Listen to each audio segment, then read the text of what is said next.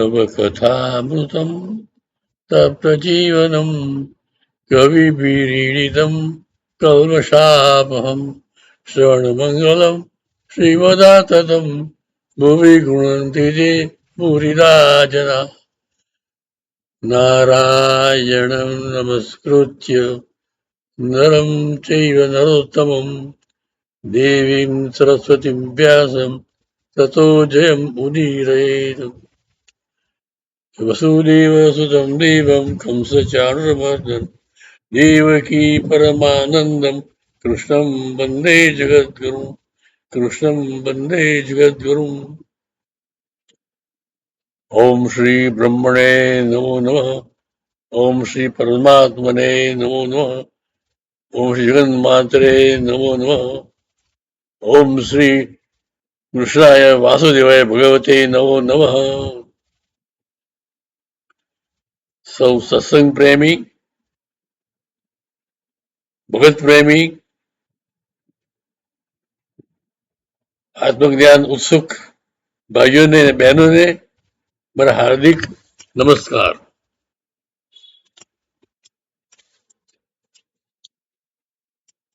Happy Buddha Purnima. Buddha પૂર્ણિમાનું વિશેષ મહત્વ છે. વૈશાખ સુદી પૂનમ એટલે બુદ્ધ પૂર્ણિમા.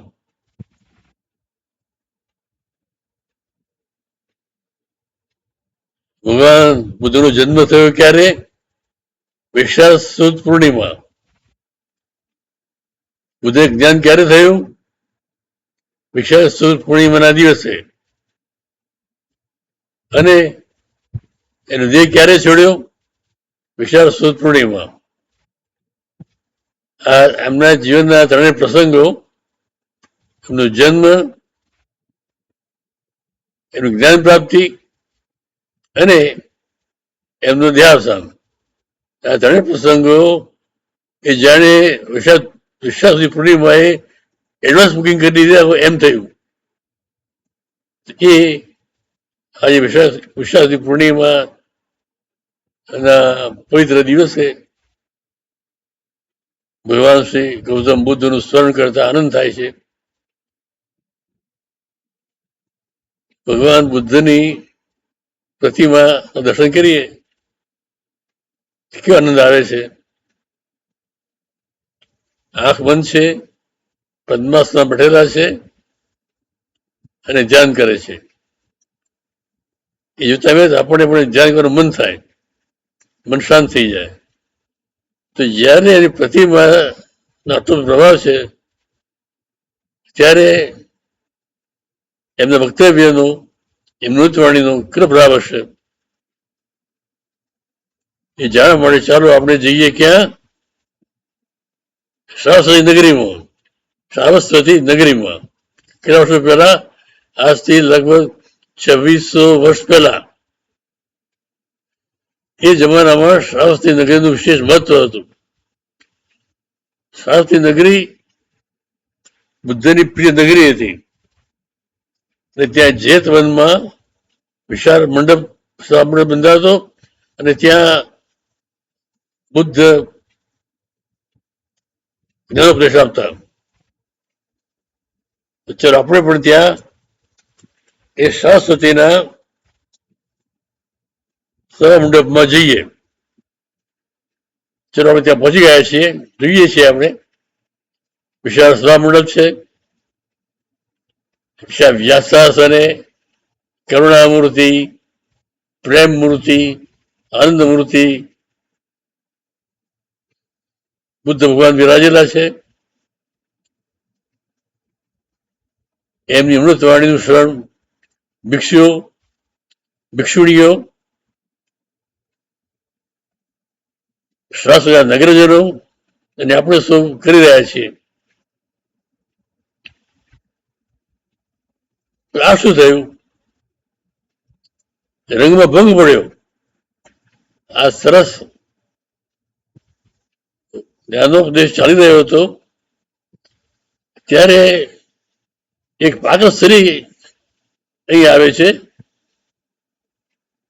અને કહે છે કે મારો પતિ ક્યાં, મારો પુત્ર ક્યાં, મારી માં ક્યાં, મારો બાપ ક્યાં, મારો ભાઈ ક્યાં, આ બહુ પડતી પડતી આવે છે. એના કપડા લગર વગર છે, વાળ વિખરાઈ ગયેલા છે, બાળકો એની પાછળ પડ્યા છે અને કાંકરા મારે છે, પાગલ સ્ત્રી કહે છે. આ સ્ત્રી આવે છે ત્યારે ભિક્ષુઓ આ સ્ત્રીને સ્વમંડપમાંથી બહાર લઈ જવા પ્રયત્ન કરે છે. ત્યારે મહાત્મા બુદ્ધ કહે છે કે તમે એ બેનને અહીં લાવો, મારી પાસે લાવો. એ ભિક્ષુઓ એ બેનને બુદ્ધની નજીક લાવ્યા.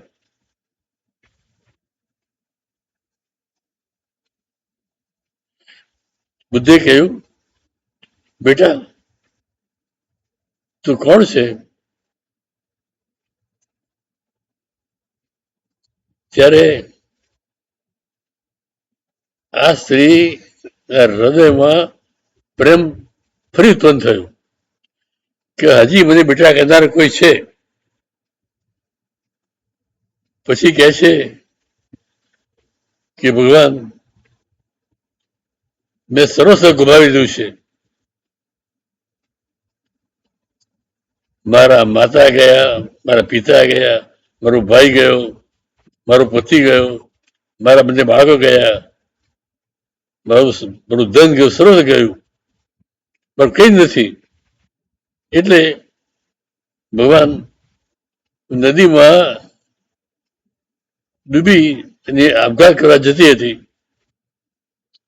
પછી મને કોઈએ કહ્યું કે તું આપણા ગામમાં, આપણા શહેરમાં ભગવાન બુદ્ધ પધાર્યા છે તો દર્શન કરવા જજે.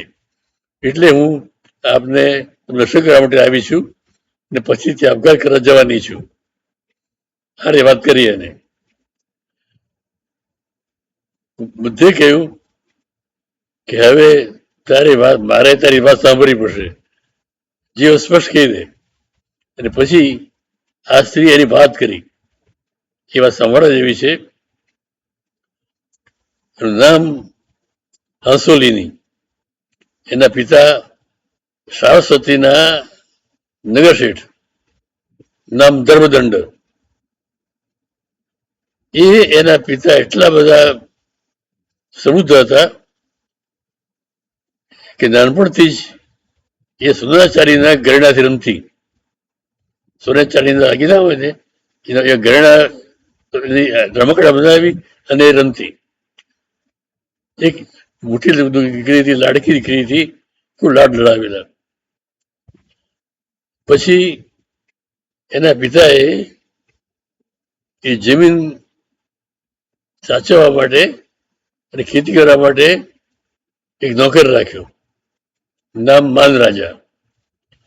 આ નોકર નામ માન રાજા, પણ ખરેખર એના ગુણો રાજા જેવા હતા. સાચા તો માન રાજા, ભલે નોકર હતો. એનો દેખાવ સુંદર હતો, એનો અવાજ સરસ હતો, વર્તન સરસ હતું, બહુ પૌરાણિક હતો, નિષ્ઠાવાન હતો, બહુ પ્રેમાળ હતો. હંસોલીની એના પ્રેમમાં પડી ગઈ અને એને થયું કે આના જેવો પતિ મને મળવો મુશ્કેલ છે. મારા પિતા ભલે ગમે તેવો મારા માટે પતિ શોધી કાઢે, પણ આની તોલે કોઈ આવશે નહીં. તો મારે તેઓ લગ્ન કરવા છે. પણ એના માતા પિતા એના સાથે લગ્ન કરવા માટે સંમતિ આપે એમ નહોતા. એટલે પછી આ બંને ત્યાંથી ભાગી ગયા, દૂર દૂર ગામડામાં રહ્યા. એ ગામડામાં જઈ અને આ માન રાજા ખેતી કરે, મજૂરી કરે, વાડ એનું ગુજરાન ચાલતું. એમાં એક બાળક થયું. બીજા બાળકની તૈયારી હતી. એના માટે માન રાજાએ તો તૈયારી કરી રાખી. બીજું બાળક પણ થયું. બે બાળક થયા, પણ ભગવાન પણ ઘરમાં કઈ નહીં. એટલે સંશોધન કહે છે કે આપણે મારા માતા પિતા ત્યાં જઈએ, સાસરી જઈએ, અને ત્યાં મારી માતા અને પિતા આપણને ધિક્કારશે નહીં, પણ સાથે રાખશે, અને આપણે ત્યાં મહેનત કરીશું, અને આપણે સારી રીતે ખાવાનું માન મળશે, અને રહીશું. એ એનો પતિ સંમત થયો, મને નીકળી ગયા. એ જમાનામાં ચાલતા જવાનું હતું. એટલે ગામડેથી સાસરી નીકળી ચાલવા માટે રસ્તો બહુ લાંબો હતો, બપોરનો સમય હતો. એટલે એના પતિ માન રાજાએ કહ્યું કે ચાલો તારે માટે ફળ લઈ આવું. એ ફળ લેવા જાય છે, પણ પાછો આવતો નથી, કારણ કે એને એક ઝેરી સાપે ડંખ મારેલો ને સર્વદોષથી મૃત્યુ થયેલું. હસોલીની અને એના બાળકો લઈ અને જોવા જાય છે કે મારા પતિ ક્યાં ગયા, કેમ આવ્યા નહીં. એને જોયું તો એ વૃક્ષ નીચે એના પતિનું શબ પડેલું હતું, પી નીકળી ગયું હતું સર્વને કારણે. તો પતિ ગુમાવ્યો. ખૂબ કલ્પાંત કર્યું, હવે શું કરવું, પણ હિંમત છોડી નહીં. એને થયું કે હવે તો સવારે જવું છે. તો બંને બાળકો લઈ અને ચાલવા મળી. રસ્તામાં નદી આવી. એ નદી પાર કઈ રીતે કરવી, બધી અશક્ય હતી. બે બાળકો હતા, બે બાળકો લઈને જવાયું હોતું નથી. એટલે જે મોટો 4 વર્ષનો બાળક હતો એને કિનારે બેસાડ્યો કે બેટા તું બેસી રહેજે, હું આ ભાઈને પેલા કિનારે મૂકી બધું લેવા માટે આવ્યું છું.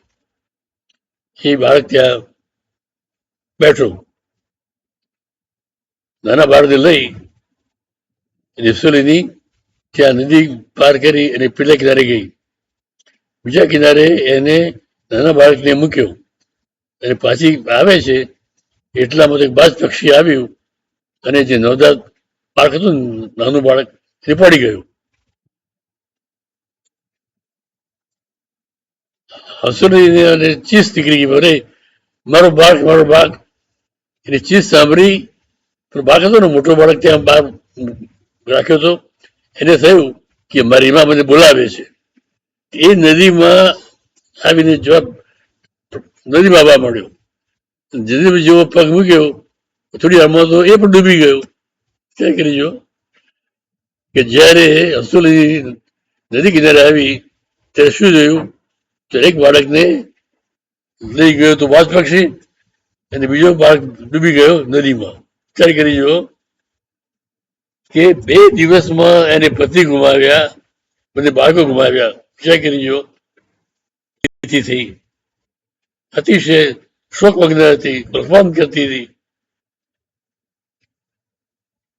છતાં કે હવે તો મારા મિતાને ત્યાં જવું છે મારે, ત્યાં નીકળી પડી. ઘણા સમય પછી આ નગરીમાં આવી અને જોયું છે તો પિતાનું જે મહેલ હતો ને, તો મહેલ તો ક્યાં નહોતો, પણ ત્યાં પડી ગયેલું ઘર હોય એ બધા અવશેષો હતા. જોયું કે મારા પિતાનો મહેલ હતો એ ક્યાં ગયો. બાજુવાળી પુરુષની બેન હતી, એ આવી હાસને ઘરે લઈ ગઈ અને ક્યાં બેટા આ પરમ દિવસે ભયંકર વાવાઝોડું આવેલું, ભૂકંપ આવેલો, અને ધરતીકંપના કારણે આખું ઘર તમારું પડી ગયું.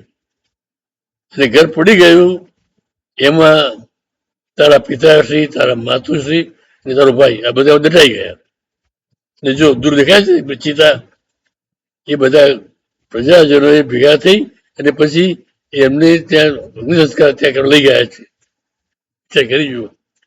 આ સાંભળતા સાંભળતા આંસુલીની આંખમાં તો ચોધાર આંસુ આવ્યા, એટલું જ નહીં પણ પાગલ જેવી થઈ ગઈ. હવે કશું એનું રહ્યું નહોતું. પતિ ગયો, પુત્રો ગયા, માતા ગયા, પિતા, બધું જ ગયું. હવે તો એ પાગલ થઈ ગઈ. ઘડીમાં હસે, ઘડીમાં રડે અને કમર ફર્યા કરે. નક્કી કર્યું કે હવે હું નદી કિનારે જઈ નદીમાં ધંભલાવી હું પણ મારો જીવનનો અંત આણી દઉં. એ પહેલા આ સભા મંડપમાં ને જોયું કે ગૌતમ બુદ્ધ ઉપદેશ આપી રહ્યા છે, એટલે એને વિચાર્યું કે ચાલો અહીં થઈને જવું, તો દર્શન કરી ને પછી ત્યાં અભ્યાસ કરાજો. અહીંયા આવી આ વાત સાંભળી. પછી ગૌતમ બુદ્ધે કહ્યું કે બેટા,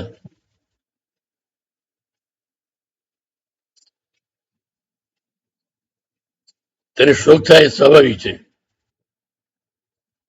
પણ એનાથી વિશેષ આગળ જવાનું છે. તું તો હયાત છે ને, તું જીવતી છે ને, તો મૃત્યુ થયું નથી ને? ના. તો તારું મૃત્યુ તો થવાનું છે, દરેકનું થવાનું છે. તો એના માટે આપઘાત કરવાની જરૂર નથી. કુદરતી રીતે મૃત્યુ થાય એ જ મહત્વનું છે.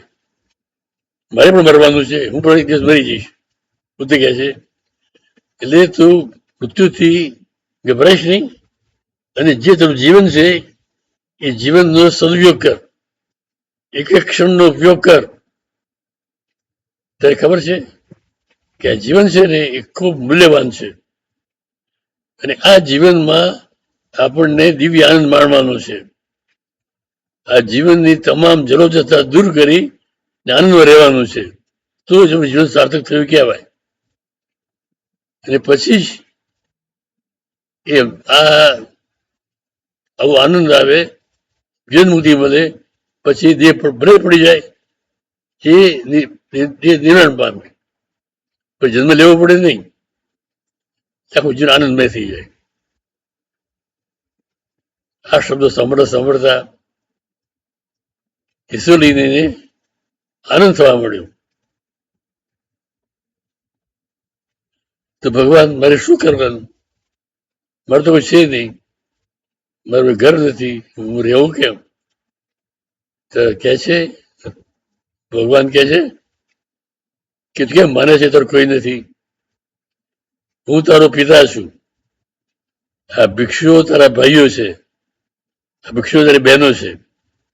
ત્યારે અહીં અમારી સાથે સંગમાં રહેવાનું છે, તો બીજી ક્યાં જવાની જરૂર નથી. આ સાંભળી એને ખૂબ આનંદ થયો. વાહ, આ તો મારા પિતા છે એ વિશેષ કહેવાય. આટલું મારું ધ્યાન રાખે છે કે પ્રભુ મને ઉપદેશ આપો, જેથી મારો શોક દૂર થઈ જાય.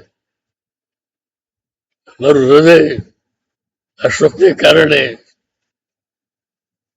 અતિશય દુઃખી છે, મને ગમતું નથી. તો પ્રભુ મને શાંતિ મળે એ ઉપદેશ આપો. ત્યારે ભગવાન કહે છે, ને જે બુદ્ધ કહે છે આપણે માટે કહે છે, ધ્યાન રાખીએ, માત્ર આ શબ્દો ભગવાનના ઈશ્વર માટે નથી, આપણા બધા માટે છે. તે સમજવા જેવું છે. એ શું કહે છે કે જો બેટા એક વાત ધ્યાનમાં રાખ કે જીવન છે એ ભગવાનની ભેટ છે, એનો દુર્વ્યય કરવાનો નથી. કે ક્ષણ ધ્યાનમાં, જાગૃતિમાં કે મારી સાથે દિવ્ય આત્મા છે, એ આત્મા જાગૃતિ કરવાની છે. અપ દીપો ભવ એના શબ્દો છે બુદ્ધના. અપ દીપો એટલે કે આત્મા દીપો ભવ. આત્મા એ દીપો એટલે દીપો બનો, કે મારા જીવનનું દીપક કોણ? તો મારો આત્મા. આત્મા સર્વસ્વ છે, તે આત્મા જાગૃતિ કેળવવાની, બધું ભૂલી જવાનું. શું કરવાનું? વર્તમાનમાં રહેવાનું. વર્તમાન રહેવાનું એટલે કે ભૂતકાળના વિચારો કરવાના નહીં. તારે નક્કી કરવાનું કે મારે હવે મારા મૃત પતિ કે પુત્રો કે માતા પિતા કે ભાઈનો શું કરવાનું નહીં, ભૂલી જવાનું. અને આ ક્ષણ મને ભગવાને આપી છે તો એ ક્ષણનો હું આનંદ માણું. કેવી સુંદર વાત કરી છે. તો એ 2,500 વર્ષ પહેલા બુદ્ધે આ વાત કરી હતી, આ ઉપદેશ આપ્યો હતો કે હંમેશા વર્તમાનમાં રહો, હંમેશા આનંદમાં રહો. કારણ કે તમે આનંદ સ્વરૂપ છો. આત્મા છે ને એ આત્મા એક જ્ઞાન સ્વરૂપ છે, આનંદ સ્વરૂપ છે અને સચિદાનંદ સ્વરૂપ છે. તો એ આત્માનું જાગૃતિ માટે તમારે આ સાધના કરવાની. એ સાધના એટલે શું કે માત્ર ને માત્ર આત્માનું ધ્યાન. કરુણામૂર્તિ, પ્રેમ મૂર્તિ, બુદ્ધના શબ્દોની અસર જાદુઈ રીતે થઈ ગઈ. હિસ્સોલીના તમામ દુઃખો એનો શોક બધું જાણે વિલીન થઈ ગયું. અમૃતવાણીનું પાન કરતા કરતા એ ધરાતી નથી. કહે છે કે મારા ભગવાન હજી બધી વિશેષ ઉદ્દેશ આપો, મારે શું કરવું? ત્યારે ભગવાન કહે છે કિશોરીની એક વાત ધ્યાનમાં રાખ કે તારો પ્રેમ છે ને, તારો જે પ્રેમ હતો તારા પતિ માટે, તારા માતા પિતા માટે, તારા પુત્રો માટે, તારા ભાઈ માટે, તે તો પ્રેમ અગમન છે જ. તો એ પ્રેમ તારે જગતને આપવાનો છે. તારા સમળ જે કોઈ આવે એને તે ખૂબ પ્રેમ આપવાનો છે. તો તારે જૂને પ્રેમ બનાવવાનો છે. અત્ર તત્ર તત્ર સર્વત્ર પ્રેમ, પ્રેમ ને પ્રેમ. એ પ્રેમ તું બીજાને આપીશ એટલે એનું પ્રેમ તને મળશે અને પછી એને તને આનંદ મળશે, શાંતિ મળશે. આ સાંભળતા સાંભળતા ઈશ્વરને ખૂબ આનંદ થયો. સાચી છે, હું હવે કોઈને ધિકારીશ નહીં, બધાને ખૂબ પ્રેમ આપીશ. પછી કહે છે કે ભગવાન બીજું મારે શું કરવાનું છે? ત્યારે કહે છે કે તારા જીવનમાં તારાથી એવું એક પણ કૃત્ય ન થાય કે જે તને દુઃખી કરે. જ્યારે તો સારું કામ કરીશ ત્યારે આનંદ થશે. ત્યારે સંકલ્પ કર કે મારા જીવનમાં આજથી હું સારા કાર્યો કરીશ, કોઈને દુઃખ નહીં આપું અને મારું જીવન સત્કાર્યથી પૂર્ણ બની રહેશે. હા પ્રભુ, હું સંકલ્પ કરું છું. પછી જ્યારે તું આ કરીશ ત્યારે તારા જીવનમાં એક ભયંકર વળાંક આવશે. વળાંક કેવો આવશે? આનંદનો, પ્રેમનો, કરુણાનો. એ વખતે તને એમ થશે કે લોકોનું કલ્યાણ કરવું, લોકોનું સારું કરવું, એ ભાવના થશે. તું તારી જાતને ભૂલી જઈશ, તારા શોખને ભૂલી જઈશ અને પછી બીજાનું કલ્યાણ કરવા માટે, સેવા કરવા માટે તત્પર થઈ જઈશ. અને તારું કેવું છે? તારું જેમ છે મીણબત્તી જેવું. એક મીણબત્તી હોય ને, એક મીણબત્તી 100 મીણબત્તીને સળગાવે, 100 દીવાઓને સળગાવે છતાંય મીણબત્તી પ્રકાશ જેવું જ રહે. એવી રીતે તારું કેવું થશે? મીણબત્તી જેવું. જ્યોત હશે જ્યોત જગાવો, એ સ્થિતિ આવી જશે. પ્રેમની જ્યોત, આનંદની જ્યોત, કરુણની જ્યોત. બુદ્ધના અમૃતમય શબ્દો સાંભળતા સાંભળતા ઈસુલીને ખૂબ આનંદ થવા મળ્યો કે પ્રભુ આપે મેં નવું જીવન આપ્યું. હું જે આપઘાત કરવા જતી હતી એ પ્રભુ આપે મને નવું જીવન આપ્યું, નવું ચેતન આપ્યું. આપની સાથે રહીશ. અને પછી એ ઈસુલીની ત્યાં રહી થોડા દિવસમાં તો ગૌતમ બુદ્ધનો તમામ જે હતો ને ઉપદેશ એ જીવન સાર્થક કર્યું. બુદ્ધ પ્રસન્ન થયા અને બુદ્ધે કહ્યું કે ઈશ્વરની આજથી તું પટાચારા એટલે પટાચાર્ય. ત્યારે ભિક્ષુણીઓને આ છે ને ભિક્ષુણીઓ એને ત્યારે દરરોજ જ્ઞાનોપદેશ આપવાનો છે.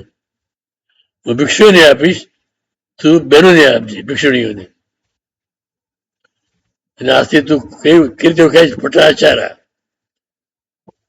પટાચારા ખેલ વર્ષ ખબડી.